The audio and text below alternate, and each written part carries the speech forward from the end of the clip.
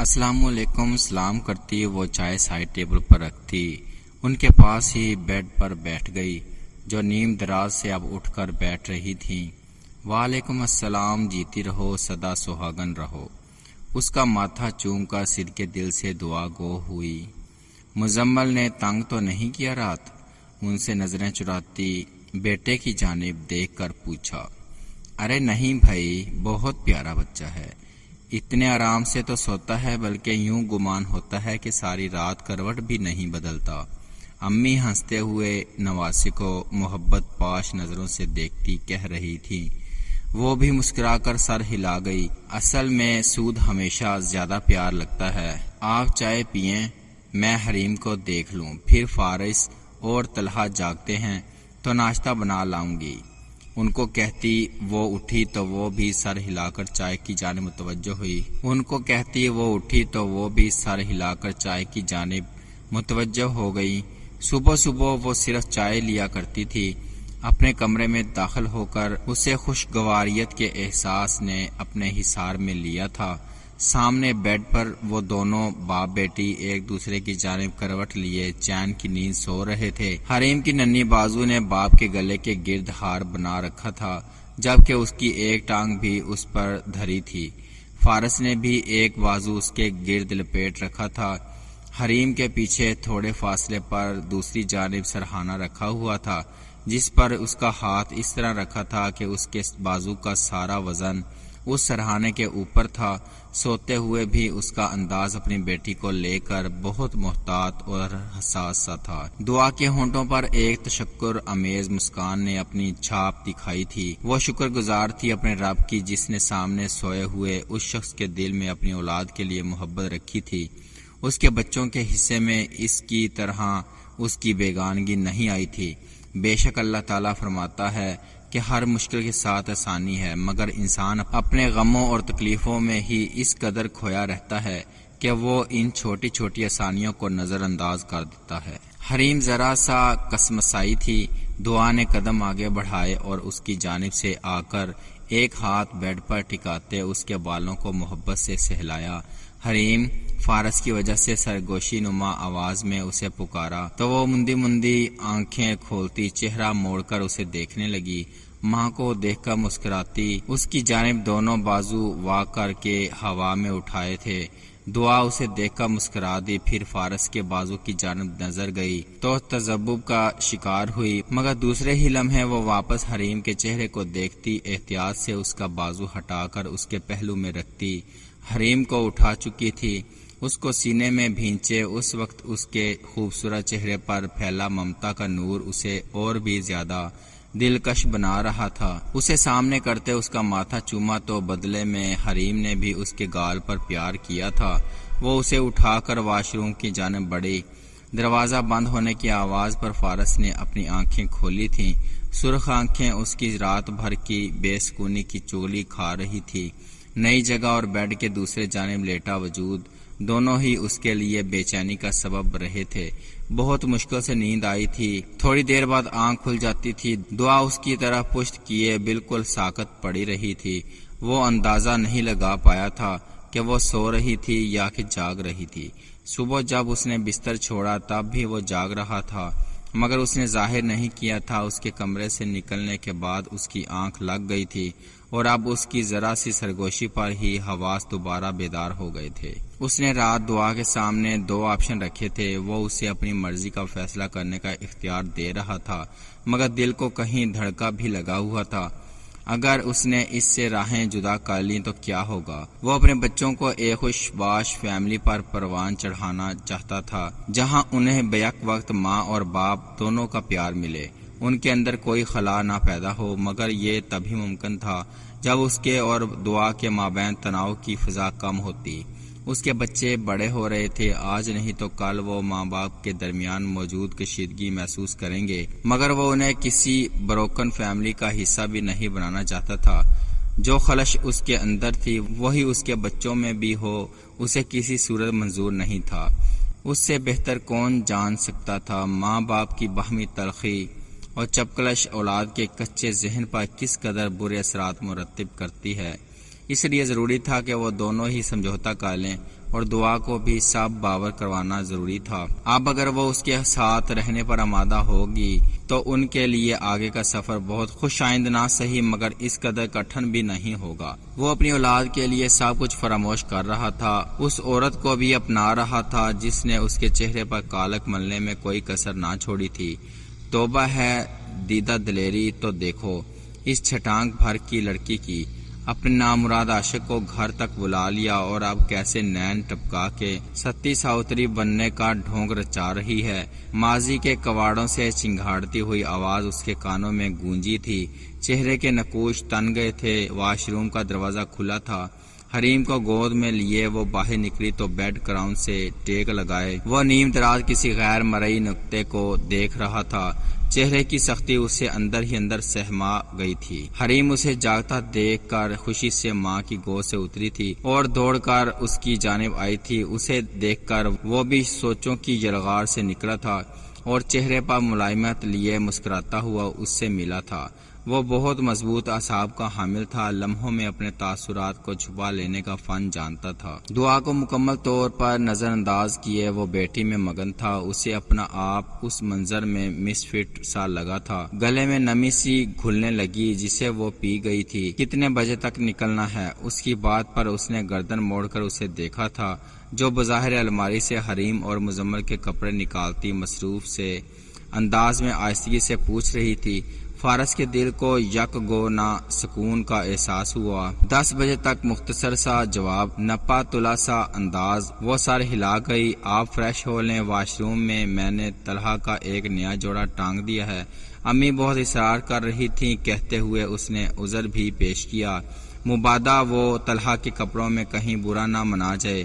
سر ہلا کر وہ حریم کی جانب مڑا، بابا تھوڑی دیر میں فریش ہو کر آتے ہیں۔ پیار سے اس کے نرم روئی جیسے گال کو چھوتا اسے گود سے اٹھا کر نیچے اتارتا وہ بھی اٹھ کھڑا ہوا۔ آ جاؤ حریم، ہم بھائی کو جا کر اٹھاتے ہیں۔ فارس کے واش روم جانے کے بعد اس کی جانب ہاتھ بڑھاتی وہ نرم لہجے میں بولی تو حریم دوڑ کر اس کی جانب آئی اور اس کا ہاتھ تھام کر باہر کی جانب بڑھ گئی۔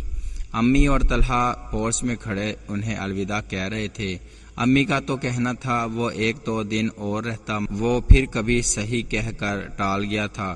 انہیں بھی پھر زیادہ اصرار کرنا مناسب نہیں لگا، وہ اتنے سالوں بعد آیا تھا، اس کے بھی دوست رشتہ دار تھے۔ پھر بیٹی کو اپنے گھر خوش و خرم بستا دیکھنا کس ماں کی چاہت نہیں ہوتی۔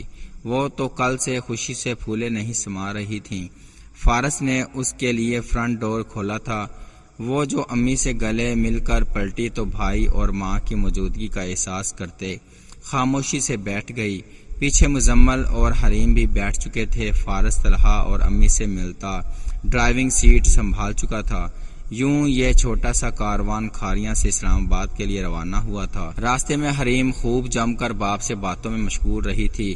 بیچ بیچ میں کبھی کبھار مزمل کی آواز بھی سننے کو مل رہی تھی مگر وہ کم بول رہا تھا، وہ تھوڑی خاموش طبع کا حامل تھا، اتنا جلدی گھل مل جانا اس کے لیے مشکل ہوتا تھا۔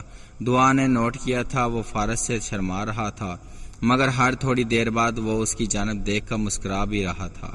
بیٹے کے اس معصوم انداز پر اس کے لبوں پر مسکراہٹ رنگ گئی۔ گھر پہنچ کر طبیعت پر سب سے پہلے جو اچھا تاثر پڑا تھا اس کی وجہ گھر کی بدلی ہوئی شکل و ہیبت تھی۔ تازہ پینٹ اور بدلی ہوئی کلر اسکیم آنکھوں کو بہت بھلی لگ رہی تھی۔ اسے یاد آیا تھا جب وہ کل آیا تھا تو امی کے پوچھنے پر بتایا تھا اسے آئے ہوئے 10-12 دن ہو گئے ہیں، جس پر امی خفا بھی ہوئی تھیں۔ تب اس نے کہا تھا گھر کی رینوویشن کروائے بہت ٹائم ہو گیا تھا، تو سوچا پہلے اس کام کو نپٹا لوں، یہاں پہلے آ جاتا تو پھر بچوں کو چھوڑ کر جانا مشکل ہو جاتا اور ساتھ لے جاتا تو گھر میں ہو رہے کام سے بچے ڈسٹرب ہوتے۔ آپ کو تو پتہ ہی ہے ہر طرف تو پینٹ کی خوشبو پھیلی ہوئی تھی، تو بس اسی لیے نہیں آیا۔ گھر کے اندر بھی اسے کسی قسم کی دھول مٹی کا نشان تک نہ ملا تھا، ورنہ وہ تو سوچ رہی تھی 1 مہینے سے بند پڑے گھر کو صاف صفائی کے لیے بھی 2-3 دن لگ جانے تھے۔ کچن میں آ کر پانی کی بوتل نکال لی تھی فریج سے اور پانی پیا۔ تب تک فارس اور بچے بھی اندر آ چکے تھے، ان کے لیے پانی ڈال کر وہ بھی باہر آ گئی تھی۔ پانی پیتے ہی فارس اٹھا، آ جاؤ اب میں آپ لوگوں کو آپ کا روم دکھاؤں۔ حریم کا ہاتھ پکڑے وہ ان دونوں کو دیکھتے ہوئے کہہ رہا تھا، مزمل چلو نا یار۔ اسے یوں ہی ماں کے پاس اپنی جگہ جمے دیکھ کر اس نے نرمی سے اسے بلایا تھا، مما جی آپ بھی چلیں ساتھ۔ وہ ماں کا ہاتھ تھام کر منمنایا تو فارس اس کے معصوم سے انداز تخاطب پر مسکرایا، آ جاؤ دعا تم بھی۔ اور یہ اس کا صبح سے اب تک بولا گیا پہلا براہ راست جملہ تھا۔ چلتے ہوئے وہ اس روم کی جانب آئے تھے جو کہ پہلے شفق کا کمرہ ہوتا تھا۔ دروازہ کھلنے پر اسے حیرت و انصباط کا شدید جھٹکا سا لگا۔ حریم نے خوشی سے چیخ مار دی۔ مزمل بس خاموشی سے سب دیکھ رہا تھا، مگر اس کی آنکھوں سے بھی پسندیدگی کے رنگ جھلکتے تھے۔ کمرے کو بچوں کے لیے خاص تھیم سے ڈیزائن کروایا گیا تھا۔ 2 سنگل آف وائٹ کلر کے خاص بچوں کے لیے تیار کردہ بیڈ جو کہ ساتھ ساتھ رکھے ہوئے تھے، ان کے دونوں طرف جالی نما لکڑی کی ہی باڑ بنی ہوئی تھی تاکہ بچے گر نہ سکیں، جبکہ پیرہانے کی جانب ایک بیڈ کی باہر کی جانب بڑا سا ایچ اور دوسرے پر ایم کندھا ہوا تھا۔ پیچھے دیوار پر آسمان کا منظر پینٹ کیا گیا تھا جس پر چھوٹے چھوٹے روئی کے گالوں جیسے بادل تھے اور کچھ پرندے بھی اڑ رہے تھے۔ نیچے بلو کلر کا کارپٹ بچھا ہوا تھا۔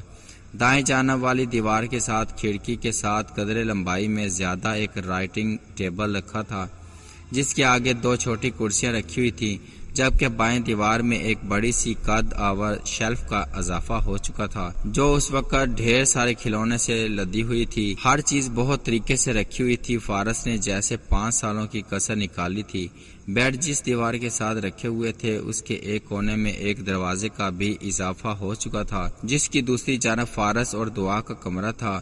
دعا سمجھ گئی تھی کہ اس نے بچوں کے لیے یہی کمرہ کیوں منتخب کیا تھا۔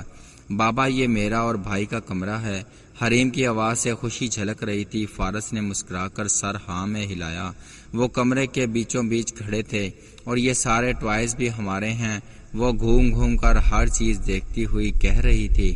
فارس نے پھر سے گردن ہلائی تو وہ خوش ہوتی ہنسی تھی۔ پھر اگلے ہی پل اس نے ماں کی جانب دیکھا تھا، مما جی اس بار اپنا ایک بھی ٹوائز کسی کو نہیں دوں گی اور نہ ہی بھائی کا دینے دوں گی۔ وہ پھولے ہوئے گالوں سے ناراض سی ماں کو یاد دہانی کروا رہی تھی، اور ایسا کہتے ہوئے اس کی آنکھوں میں اداسی تھی۔ فارس کے چہرے کا رنگ بدلا۔ حریم اب بھائی کا ہاتھ پکڑے کھلونے کی جانب بڑھ گئی تھی۔ ارے بیٹا کیا بتاؤں، کتنا سمجھایا میں نے اور سبین نے اسے کہ باپ ہے، اتنے پیارے بچوں کے لیے چیزیں بھیجتا ہے، رکھ لو، مگر اس کی نہ ہاں میں نہیں بدلی۔ کہنے لگی اگر سبین آپا اپنے بچوں کے لیے نہیں لے کر جاتی تو میں یہ سب اٹھا کر باہر گلی میں پھینک دوں گی۔